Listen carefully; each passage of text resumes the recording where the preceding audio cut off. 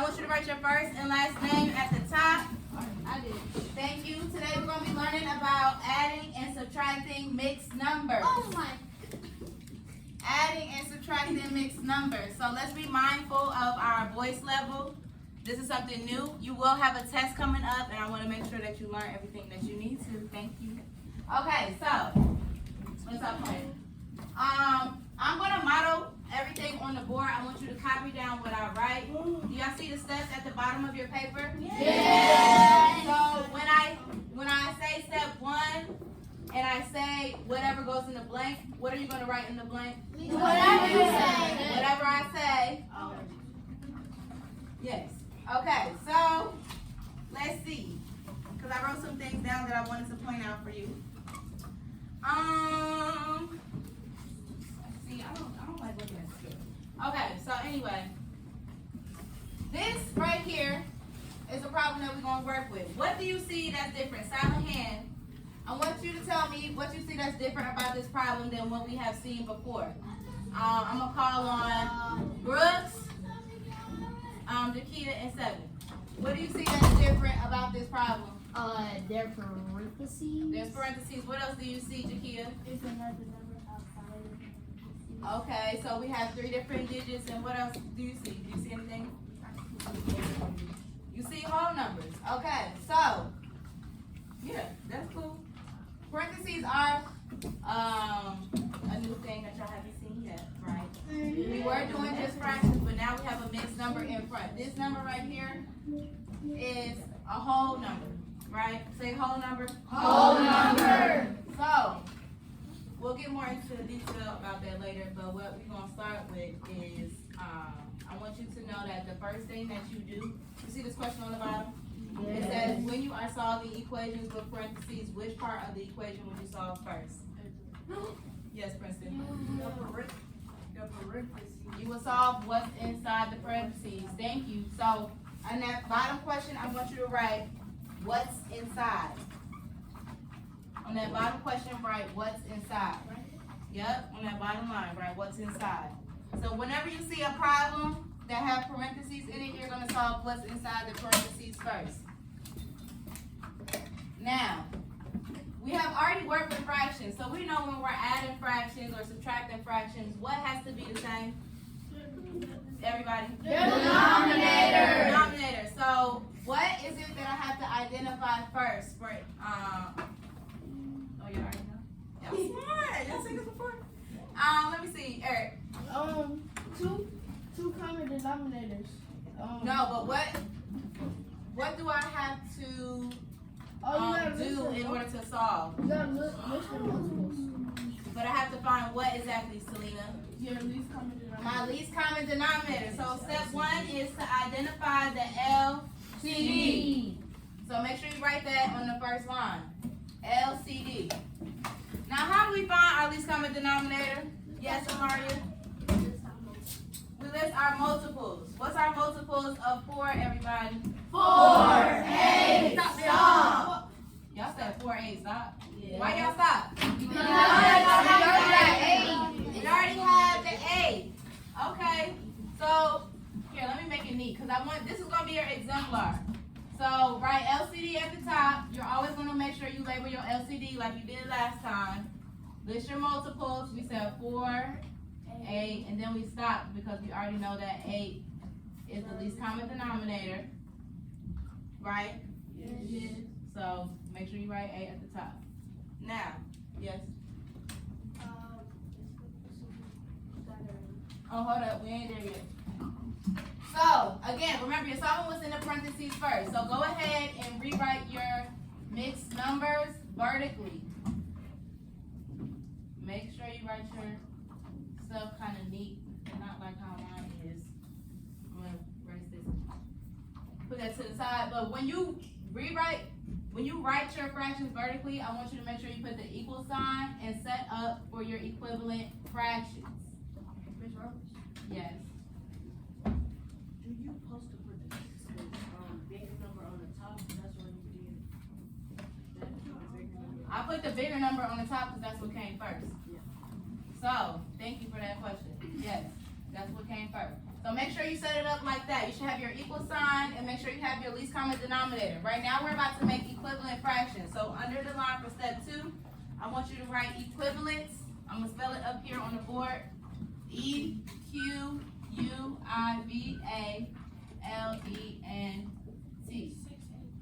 So for step 2, you're rewriting the problem with equivalent fractions and solving. So we already know our least common denominator is 8, right? Yeah. So in order to make this fraction equivalent, we have to see what do we multiply 4 by in order to get 8. So silent hand, Carmelo, what do I multiply 4 by in order to get 8? 2. 2. Now this is the thing. Whatever I do to the bottom, I have to do to the top. top. So what am I multiplying 3 by? 2. 2. So my equivalent fraction is going to be what? 6. What's the equivalent fraction? 6 over 8. Or 6/8, right? What's my equivalent fraction for 1/8? 1/8. Okay, so now we are going to do what operation? Subtract. Let me write this up here. Okay, so what's 6 minus 1? 5. 5. Do I subtract 8 minus 8? No. Why not? Because it keep the denominator. Yes. You can't subtract it. You can't subtract, you're not supposed to subtract the denominator. Thank you, everybody. Yes, so I should not see 0, I should see an 8. Now, you also have to make sure you remember your whole numbers. 6 minus 4 is 2. 2. Now, am I done? No. You gotta add, I have to add my other whole, so make sure, that's a misconception. A lot of times, people solve what's in the parentheses first, and then when you have a multiple choice question, they might have this as the answer to trick you. So you need to make sure that you solve all parts. Technically, right now, your problem looks like this, because you did what was in the parentheses first. Right? yeah. So, are we able to add these? Yes. Why are we able to add them, Silent Hand? Why are we able to add them, Emmanuel? Because they're already a common denominator. Because they already have the common denominator. So, whenever you add and subtract, I want you to write your problem vertically so you don't make any mistakes. So go ahead and write that. And we're adding. What's my sum? 8, 1. My sum? Is 1. Your sum is 8. Your sum is Okay, what's 3 plus 5? 8. And then 5 plus 2 is? 7. 7. Is this my final answer? No. I have to simplify it. So for step 3, make sure your answer is in what form? simplest. Write that. Simplest form. With an EST. Can y'all see that? Yes. Okay. Now, y'all said this was not in simplest form. Somebody tell me why, Makai. Why is it not in simplest It's form? not in simplest form because you can turn the fraction to a whole number. Whenever the denominator and the numerator are the same, that is what kind of number? Okay, so this turns into what, everybody? 8. Because 7 plus, technically this is a 1. 7 plus 1 is 8. Alright, once you have that down, I want you to turn the page. So Ms. Walker, So since we had 7, 8 over 8, you had to add the whole to 7. Yep. So this represents 1 technically. Okay. Actually, I want you to turn to page 3. Page 3. Paper in the air once you there, so I'll come down. Alright. Let me get there.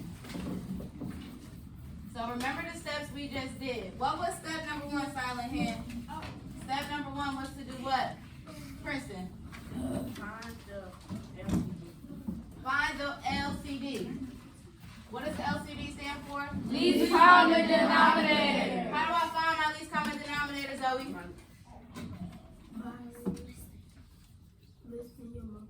My multiples of what, Jalea? 5. What is that called? No, what's this called?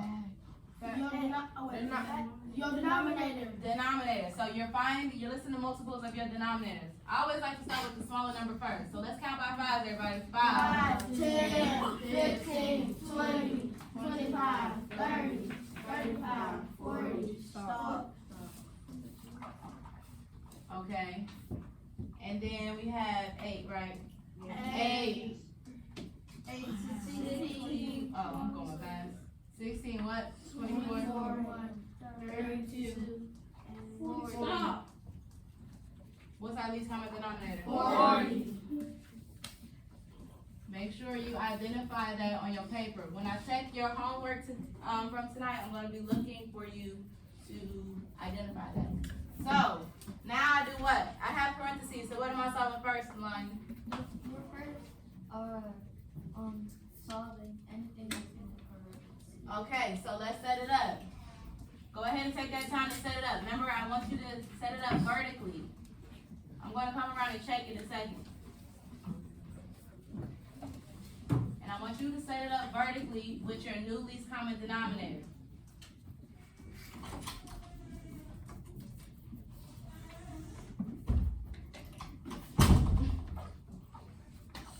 Set it up with your new least common denominator.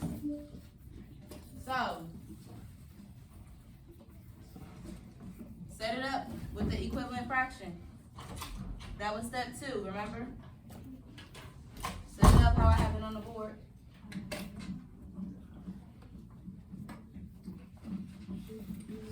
Now for my people who have it set up, I want you to try to make your fractions equivalent.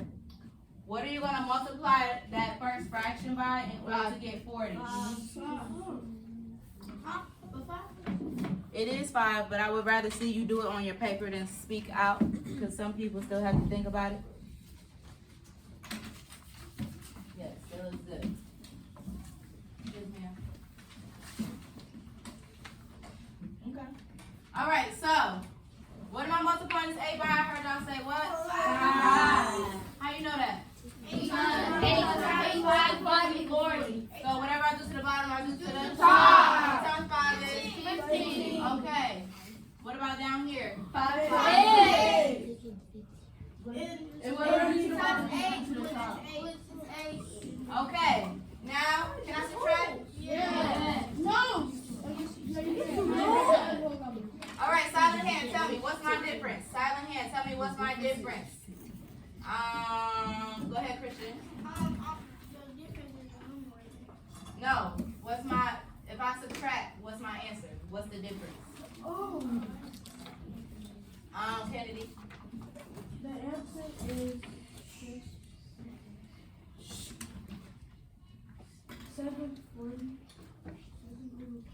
50. What? We're subtracting. Right now, we're subtracting our numerators and we're subtracting our whole numbers. Oh, 2, 7, 2 and what? 2 and 7 over 40. 2 and 7 over 40. Am I done? No. What do I have to do now? 2 Eric, what do I have to do now, Eric? You have to add the other number that's outside the front. Exactly. I heard some people say simplify. Again, that is a misconception. You need to make sure that you do both parts.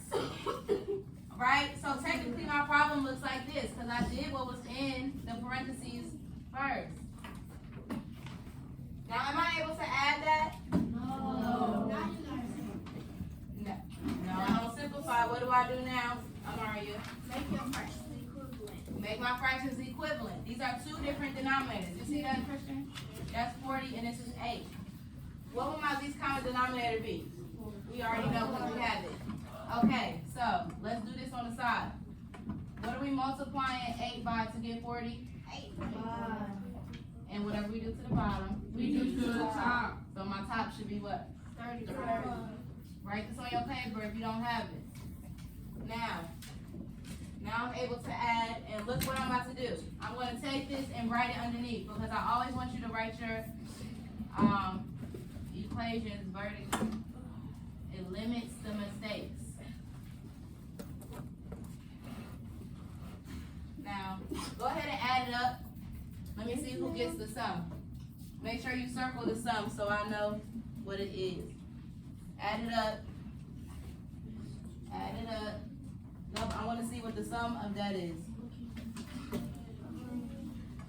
There's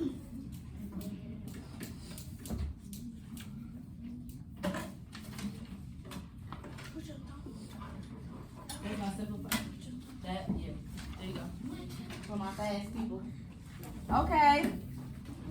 Oh, I didn't come up here, my bad, sorry.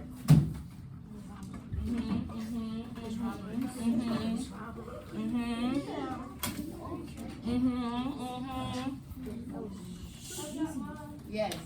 Even though just learning this. Y'all adding, so what did y'all get? 3, 4, no. 4, 4, 1,